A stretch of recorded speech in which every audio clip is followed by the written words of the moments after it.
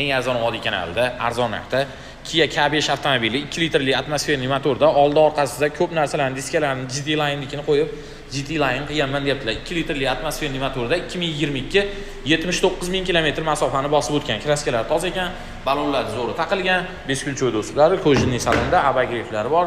Salonlarning holati yaxshi, drive mode, avto hold hammasida bor. Monitorlargacha qaranglar, ovozlarni bunaqa qilib kuchaytirib ham qo'ygan ekanlar.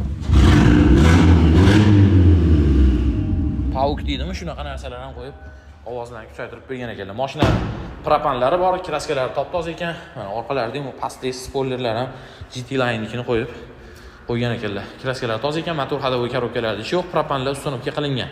Kraskalar ham toza mashina. Mana shu joyda arzimagan kosmetika joyini ko'rdim. Tosh uchganiga bir ikkita shunaqa kosmetika qilgan arzimas narsalar bor. Hop, 2022 $20,800 ga ulgurib qolinglar, zo'r narx bo'ldi. Ana shuncha narsasi GT Line qilingan.